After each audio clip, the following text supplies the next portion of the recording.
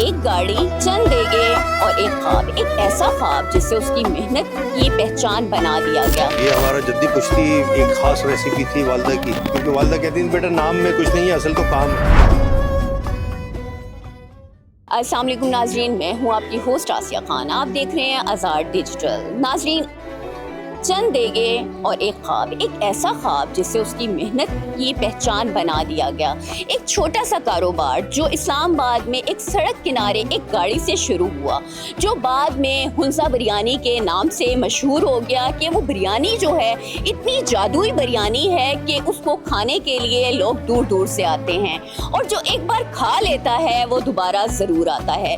आज उस शख्स की कहानी हम जानेंगे कि किस तरह उसने इस गाड़ी से बिरयानी का आगाज किया, इसका नाम हुंजा बिरयानी क्यों रखा और इब्तिदा में उसको किन किन मुश्किलात का सामना रहा और किस तरह उसकी बिरयानी के अंदर ऐसा क्या जादू है, वो ऐसा क्या उसके अंदर डालते हैं कि जो ग्राहक हैं वो दोबारा जो है ये बिरयानी खाने के लिए आते हैं। मेरे साथ इस वक्त मौजूद हैं वही मेहनती शख्स मोहम्मद अलीम कुरैशी। उनसे जानेंगे उनकी कहानी, उनकी ज़बानी।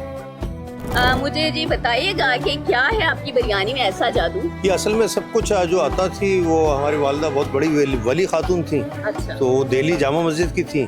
तो ये हमारा जद्दी पुश्ती एक ख़ास रेसिपी थी वालदा की। अच्छा। क्योंकि मेहमानों की आमद वगैरह रहती थी तो हमने बहुत सारी चीज़ें देखी, जैसे गुलाब के अर्क से हाथ धुलाना। अच्छा। और बहुत सारे मर्तबान में उनके बहुत सारी चीज़ें उनका खैर उस तरह से। तो ये होते होते फिर वो हम भी देखते रहे वालदा की मेहनत और फिर शुरू से मेहनत ही करते रहे। मतलब उस जायके को जो है कि आपकी पहचान मिल गई है, आप सबको पहचान बनाया। लेकिन आप जो है आपका ताल्लुक जो है वो कराची से है। असल जी हाँ, कराची से ताल्लुक तो है। मुझे ये बताएं कि आपने इसका नाम हुंजा बिरयानी क्यों रखा? असल में हुंजा इस वजह से रखा, बच्चों ने कहा कि ये हुंजा हम लोग जाते रहे तो लोग बड़े नफीस लगे। तो उनकी भी थोड़ा सा वो हो जाए, पब्लिसिटी कह लीजिए। अच्छा, तो आपको ये नहीं लगा कि इसका नाम मैं सिंधी बिरयानी रखूं और या कराची बिरयानी? आपकी बात बिल्कुल वजह है, मैंने यही सोचा था जी। कि कराची रखा जाए या सिंधी बिरयानी रखा जाए, मगर बस वो नाम, क्योंकि वालदा कहती थी बेटा नाम में कुछ नहीं है, असल तो काम है। जी। तो बस ये है कि बताइए कितने साल हो गए आप? हमें तकरीबन 9 साल यहाँ हो गए।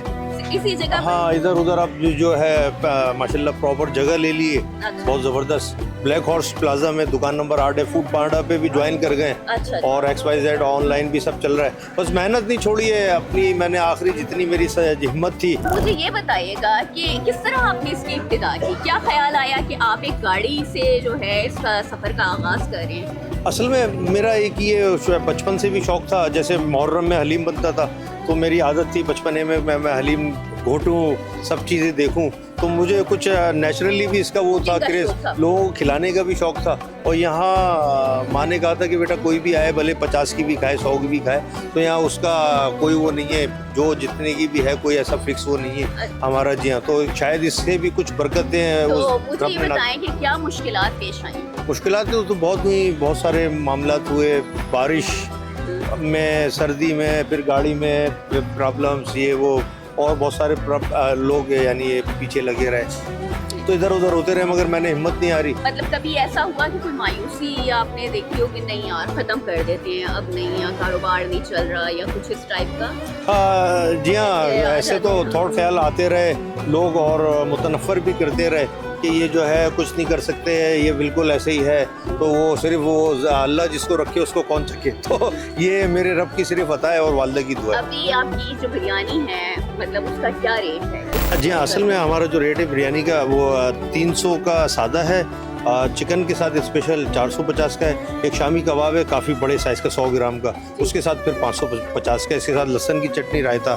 और खाली अगर किसी ने कबाब लेने हो तो उसका सिर्फ कबाब लेना हो, सिर्फ कबाब 100 रुपये का, उसके साथ लहसुन की चटनी, रायता भी फ्री है। और कौरमे की जो प्लेट है उसका? कौरमे की जो डील है वो 300 का है, इसके साथ स्पेशल बहुत खास नान है ताफ्तान, उसके साथ ये 300 रुपये का डील है। ठीक है। और अगर किसी ने आना हो, आपकी लोकेशन क्या है? जी हाँ, हम ये फ्रेस्को की बैक साइड पे ब्लू एरिया में और ब्लैक हॉर्स प्लाजा दुकान नंबर 8 है। बताइएगा कि क्या कैसी बिरयानी है? आप बड़े शौक से सुना यहाँ बैठते हैं, आते हैं और खाते हैं और काफी सालों से आप यहाँ पर आए। मेरे दोस्त होते थे OGTCL में। जी जी। तो वो आते थे यहाँ बिरयानी खाने, तब से मैं आ रहा हूँ यहाँ पे बिरयानी खाने।